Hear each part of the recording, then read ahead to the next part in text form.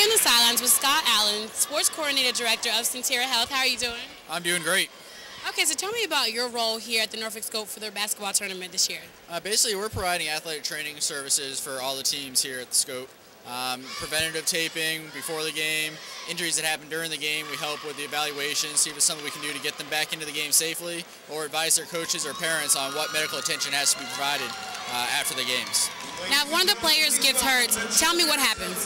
Basically, what I would do is either ground to the floor if they can't make it back to the bench, do a quick eval on the floor, decide if that's something that we have to either splint or get a stretcher for of a broken bone, or if it's something that we can evaluate a little bit further back at the bench. At that point, I help the coaches and the parents decide whether it's something that they can safely go back into the game, whether through taping an ankle or taping a knee, or if it's something that we need to wait and look at after the game, get some ice, and evaluate further.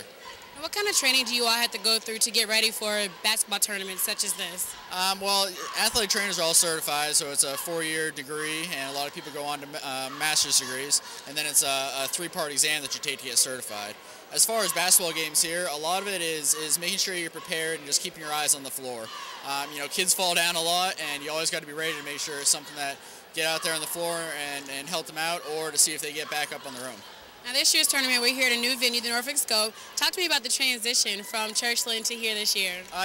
Honestly, even as a fan, I can remember people getting turned away from the high school venue, and as a fan, you never want to be able to show up to a game an hour early and find out you can't get in.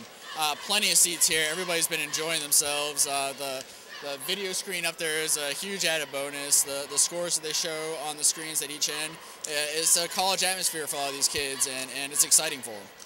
Now, is there anything else you want to add about Sentara Sports Medicine and your involvement with the basketball tournament this year?